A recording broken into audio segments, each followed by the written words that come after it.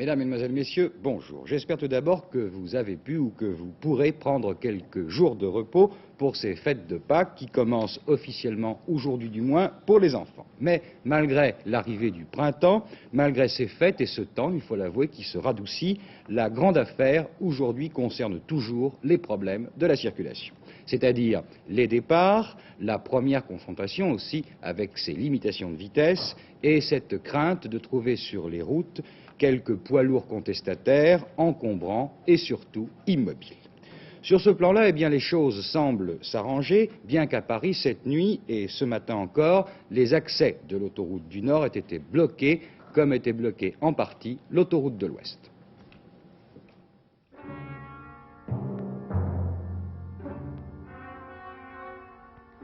Ce matin, la vie reprend petit à petit pour les automobilistes après les heures de vive tension vécues hier sur les axes routiers autour de Paris.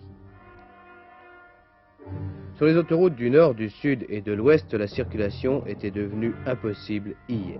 Attendant que satisfaction leur soit donnée, les chauffeurs routiers, transistors à l'oreille ou ballons aux pieds, laissaient s'accumuler derrière leurs camions des centaines de véhicules, paralysant ainsi tout le trafic. Dans cette atmosphère de kermesse où la musique et le jeu avaient pris le pas sur le bruit des moteurs et la fumée, on a vu des automobilistes démonter les glissières métalliques séparant les voies montantes et descendantes pour pouvoir repartir. Ces longues files de camions ne gênaient pas seulement la circulation sur les autoroutes. Les répercussions se faisaient sentir dans Paris même, place de la République, place de la Bastille, sur les boulevards périphériques et les anciens boulevards extérieurs. C'est avec le soulagement que l'on imagine que les innombrables automobilistes désireux de partir en week-end ou tout simplement de regagner leur domicile ont appris vers 20 h que la route allait leur être ouverte. Pas partout, puisque l'autoroute du Nord n'a été dégagée en partie que ce matin, des bouchons subsistent encore sur cet axe. Ce matin, la circulation est intense, mais plus de blocage. Les nombreux vacanciers ont en effet pris la route de bonne heure, ici sur l'autoroute du Sud, circulation fluide, ainsi que sur la Nationale 7. En province, tous les problèmes ne sont pas résolus, les chauffeurs routiers n'ayant pas encore dégagé tous les axes.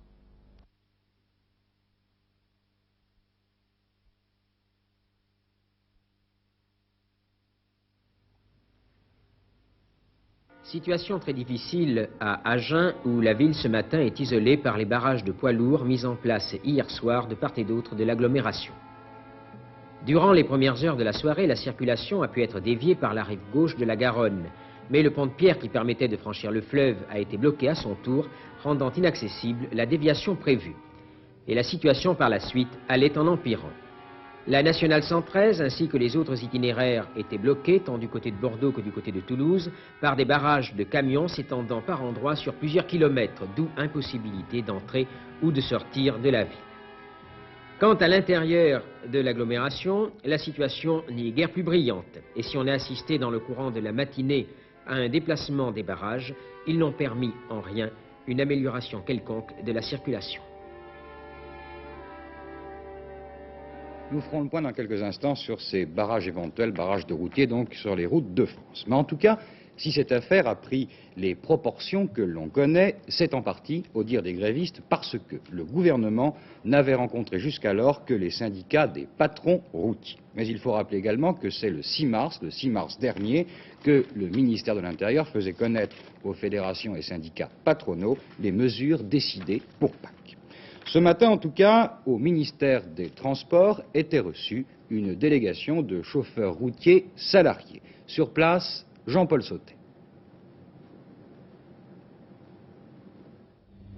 Monsieur, vous sortez à l'instant du cabinet de Monsieur Mondon. Vous n'avez pas été reçu par Monsieur Mondon, mais par Monsieur Bussière de son cabinet. Que lui avez-vous dit? Eh bien, nous avons apporté à Monsieur Bussière les doléances des chauffeurs salariés des transports. Nous avons pu nous entretenir avec M. Bussière durant plus d'une heure et demie, vous l'avez constaté. Nous avons abordé d'abord les questions qui nous préoccupaient, c'est-à-dire l'interdiction de la circulation des poids lourds sur certains axes et certains jours de l'année. Nous avons demandé à être reçus par M. le Premier ministre. Nous allons actuellement directement à Matignon. Nous avons profité de cette audience pour évoquer tous les problèmes en suspens actuellement dans le domaine des transports publics publics et des domaines des transports privés, en ce qui concerne la durée du travail des chauffeurs, qui est une durée de travail très excessive, en ce qui concerne les retraites, en ce qui concerne la circulation en général, les salaires, etc., etc. Toutefois, nous avons pris rendez-vous pour mardi matin à 10 h au ministère, en présence du ministre des Transports, cette fois-ci, pour évoquer tous ces problèmes en suspens. Mais pourquoi demandez-vous à voir Monsieur le Premier ministre, puisque vous avez pris rendez-vous pour mardi? Non, nous n'avons pas pris rendez-vous avec le Premier ministre pour mardi, c'est deux choses bien différentes. Il y a tous les problèmes, le contentieux des conditions de travail des chauffeurs professionnels, et il y a la question de la circulation. La question de circulation, à notre sens, intéresse le Premier ministre. Oui, puisqu'il a pris des mesures qu'il a récemment. pris des mesures récemment, après avoir consulté, a-t-il dit hier, les organisations professionnelles. Malheureusement, nous regrettons une chose, c'est que le Premier ministre n'ait pas consulté les représentants des salariés. Nous avons bien pu nous expliquer deux séances de la table ronde de la sécurité routière, mais nous n'avons pas pu exposer les problèmes des chauffeurs comme nous l'entendions. Pourquoi avoir choisi le départ en vacances alors que vous risquez de provoquer un certain mécontentement? Non, nous n'avons pas choisi le départ en vacances, ça aurait été la semaine dernière, c'était tout comme.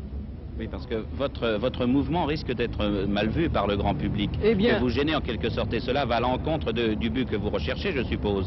Certainement, certainement. Nous ne voulons pas avoir contre nous l'opinion publique. Et hier, j'étais sur l'autoroute de l'Ouest. Eh bien, je peux vous assurer, et vos collègues qui étaient là, les choses se sont très bien passées. Nous regrettons que sur l'autoroute du Nord, il n'y ait pas eu la même chose cette nuit. Mais vous savez, après 12 heures d'arrêt, les esprits sont échauffés. Mais je tiens à dire ceci, il n'y a pas eu d'incident avec les automobilistes. On a raconté que les chauffeurs avaient soulevé des voitures, et bien ça, ce n'est faux. Ça s'est très bien passé. J'espère que le reste se passera également très bien. Monsieur Bussière, quel est le point de vue du ministère? Eh bien, le point de vue du ministère, en fait, ça a été surtout une séance d'information que j'ai essayé de tenir au profit des salariés qui sont venus me voir. Parce qu'effectivement, d'une part, ils comprenaient peut-être mal l'économie de ces mesures, qui sont des mesures de sécurité pour l'ensemble des usagers, donc des mesures d'intérêt général, et qui ne visent pas du tout à brimer une profession. D'autre part, j'ai l'impression que certains des salariés étaient mal informés des assouplissements qui sont intervenus et qui, en particulier, ont différé la plupart des mesures prévues à la semaine prochaine, donc leur permettront de rentrer normalement ce soir chez eux. En ce qui concerne les problèmes de circulation et du blocus de certaines voies d'accès à Paris notamment, mais il y a des revendications d'ordre professionnel, des revendications de retraite, des choses comme ça, qui vous ont été posées, des questions qui vous ont été posées à ce sujet. C'est exact, et ils vont profiter de cette occasion pour me saisir de l'ensemble des revendications qui concernent la profession. Un certain nombre de ces revendications ne concernent pas particulièrement le ministère des Transports, mais soit les employeurs, soit d'autres départements ministériels. J'ai pu leur rappeler le point parce que certaines négociations sont en cours et ont progressé depuis quelques mois d'une manière assez sérieuse. Bien, puis-je vous demander quel va être l'état de la circulation, peut-être pour cet après-midi, surtout pour demain, et surtout pour la semaine prochaine, pour le week-end de Pâques?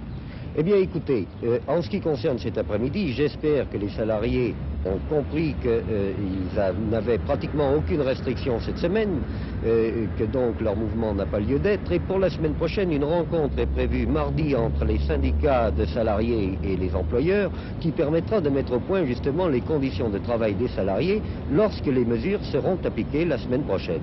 Sans lire dans le mar de café, je pense qu'on peut donc être optimiste sur les conditions de circulation, aussi bien cette semaine que la semaine prochaine.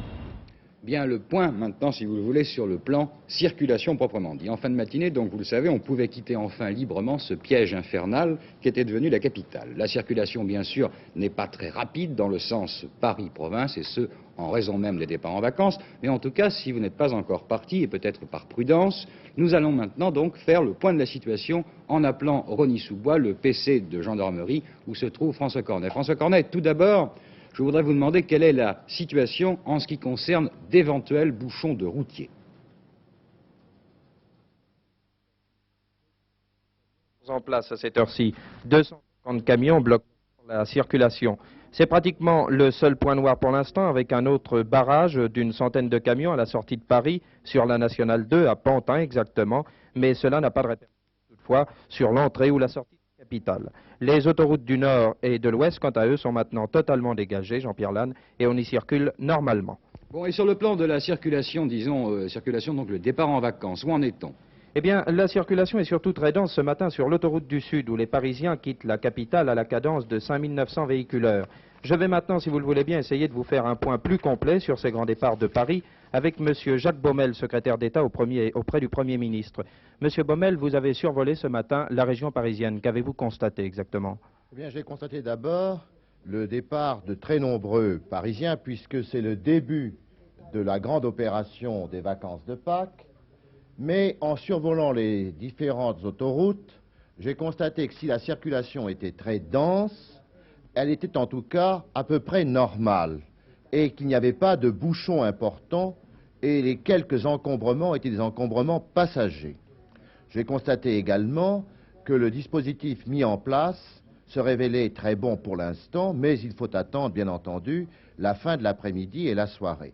Ce que je crains surtout, c'est le retour des vacances de Pâques, mais nous aurons l'occasion d'en reparler plus tard, car si le départ va être étalé sur plusieurs jours, je crains que le retour soit concentré essentiellement sur la journée du 5. Monsieur le ministre, j'en reviens au problème des routiers. Vous avez présidé vous-même les travaux de la table ronde de la circulation routière. N'avait-on pas pris des contacts préalables avec les fédérations patronales des transports routiers pour convenir avec elles de cette opportunité des mesures qui ont été prises? Il y a deux choses dans ce problème. Il y a d'une part les dispositions de la table ronde qui sont des dispositions de sécurité routière permanentes.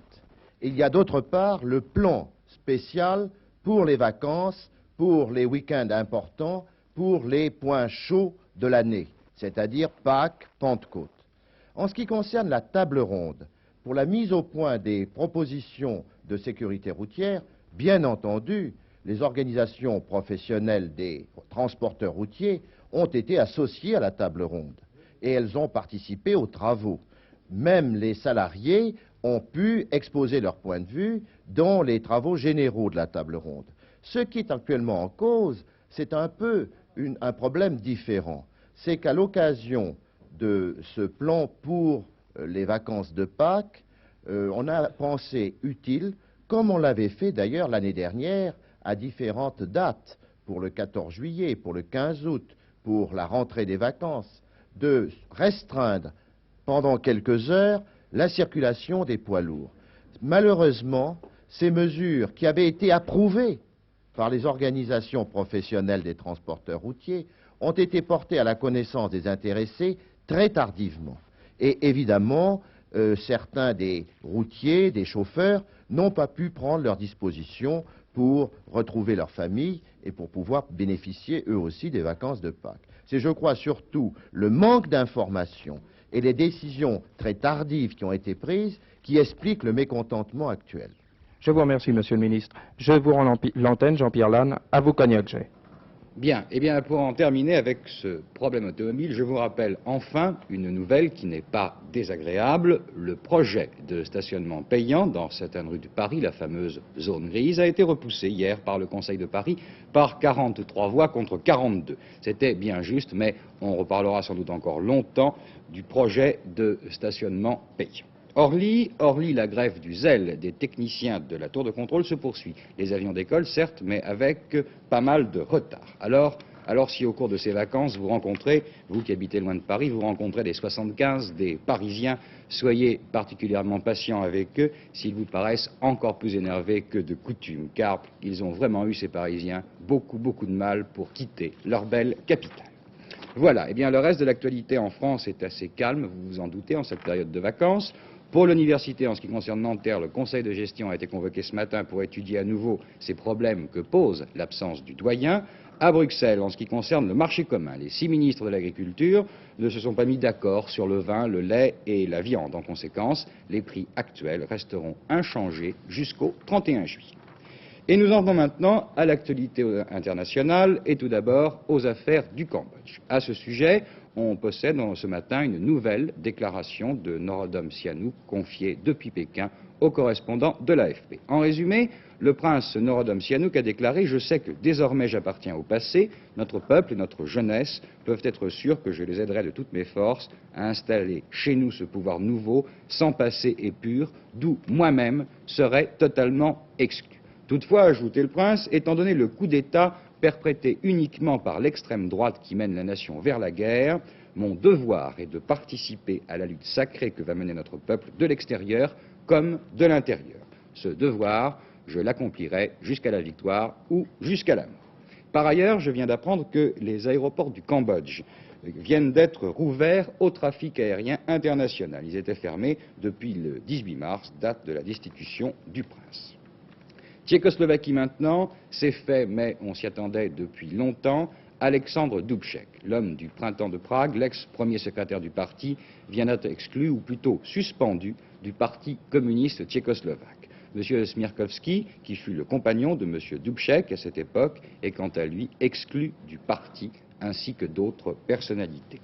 Printemps 68, printemps 70, 2 ans se sont écoulés. Le Parti communiste de Tchécoslovaquie, dit le journal Rue des Pravos, est en train de se débarrasser de tous ceux qui lui ont causé préjudice. Fin de citation.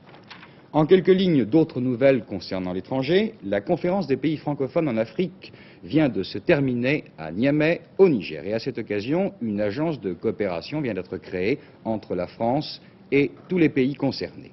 À Paris ce matin, M. Michel Debré rendait hommage à tout le personnel de l'hôpital militaire de Libreville pour le travail accompli pendant ces derniers mois. Cérémonie ce matin dans la cour de l'hôpital de Val-de-Grâce à l'occasion du rapatriement de l'hôpital militaire français de Libreville au Gabon. M. Michel Debré, ministre de la Défense nationale, présidait cette cérémonie. Après une courte allocution, le ministre devait remettre la médaille d'honneur du service de santé à un certain nombre de médecins et d'infirmiers en mission à Libreville. Le ministre a tenu à rendre un hommage particulier au personnel militaire de cet hôpital et a souhaité que cette action demeure vivante et exemplaire dans les annales du service de santé.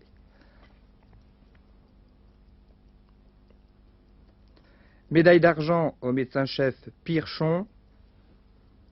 Médaille de bronze à Madame Jassir, déléguée de la Croix-Rouge ivoirienne en France.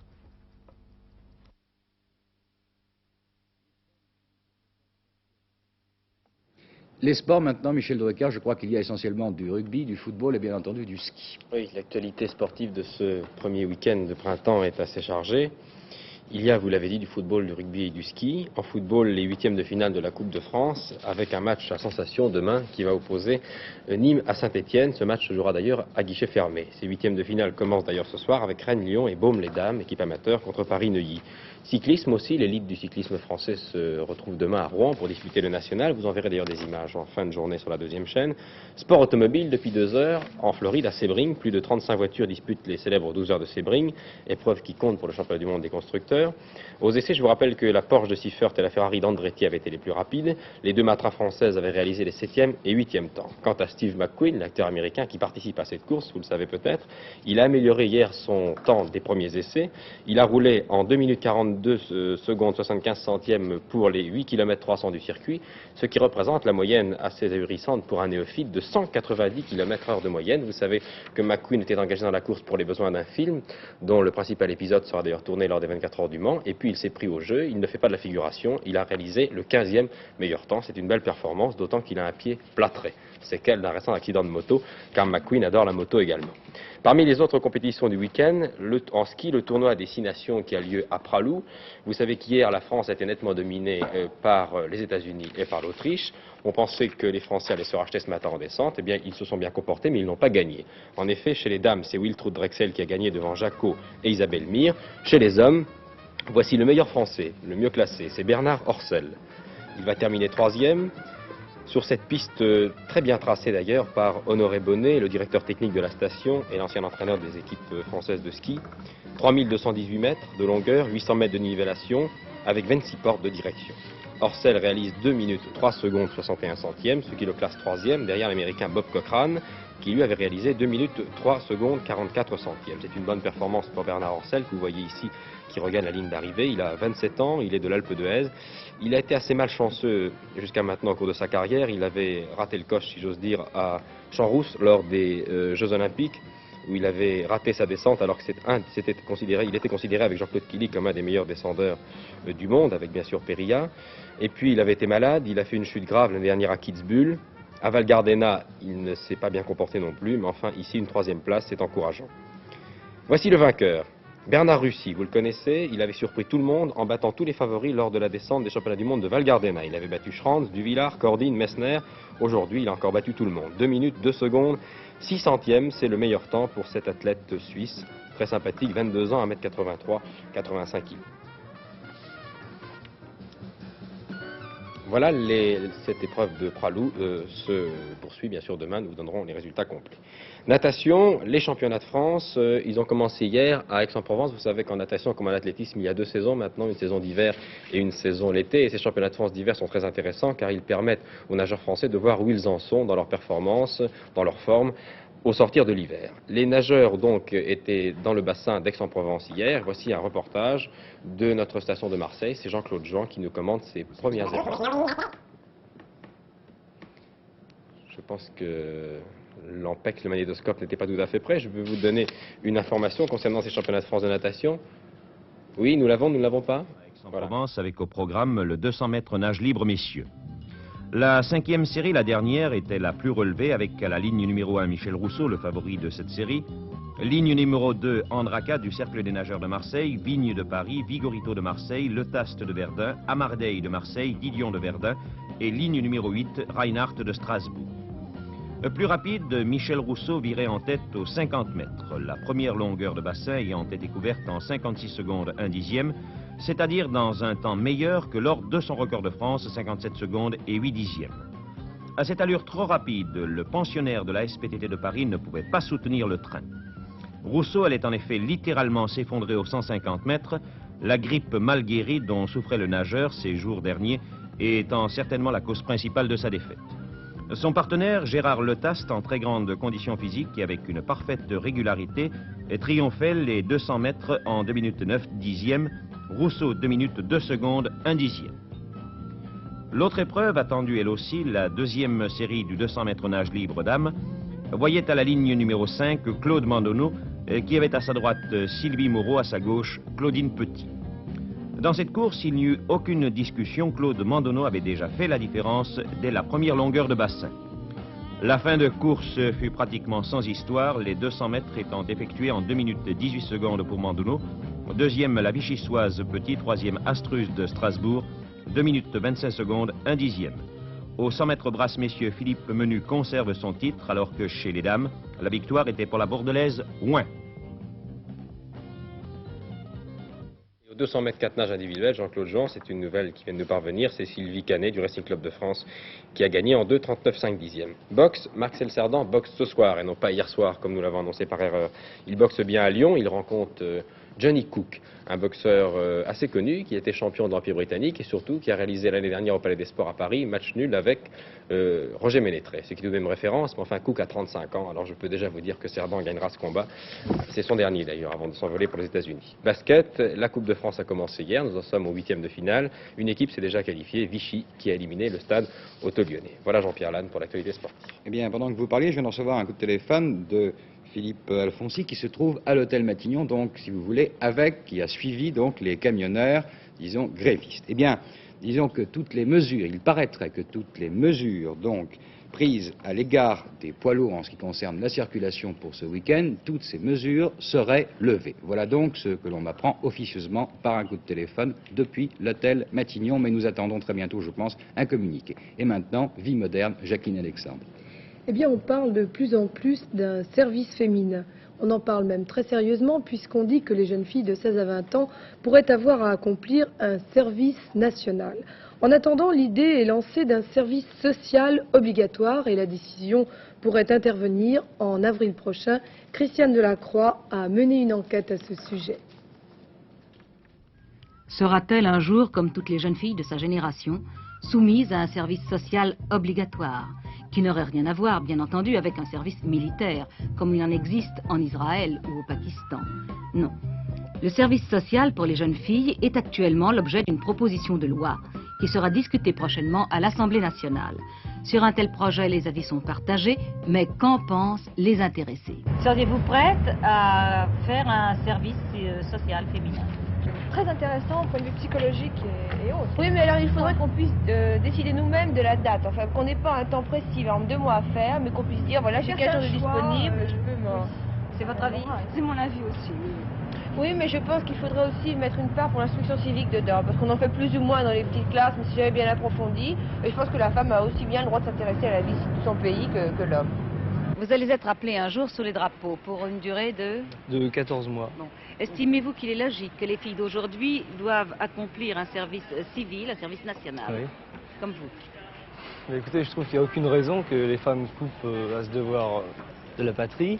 Surtout si ça peut leur être utile, ça pourrait leur rendre service dans la vie plus tard, faire d'elles d'excellentes maîtresses de maison par exemple. Selon les sondages de l'IFOP, 70% des femmes seraient favorables. Ces détracteurs craignent la création d'une main-d'œuvre à bon marché. Monsieur Pierre Buron défend ce projet dont il est l'un des auteurs. Je pense que ce sera une occasion pour les jeunes filles de se mettre un peu, si je puis me permettre cette expression familière, de se mettre un peu dans le bain de l'existence, de côtoyer des gens qui, eux, sont des salariés et qui vivent de leur travail. Ce sera pour les jeunes une occasion de découvrir un peu ce qu'est l'existence et je pense que ce sera très profitable. Mais si les jeunes filles n'ont pas une formation professionnelle, dans les hôpitaux comme dans les crèches, ne pourraient-elles pas gêner plutôt qu'aider?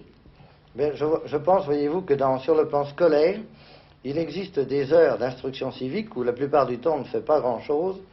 Et je pense que ces heures-là pourraient être très bien utilisées pour faire, avec celles qui veulent être monitrices d'école maternelle, pour faire 2 heures de psychopédagogie pendant une année, de manière à être en état d'être des assistants, des aides sur le plan des écoles maternelles.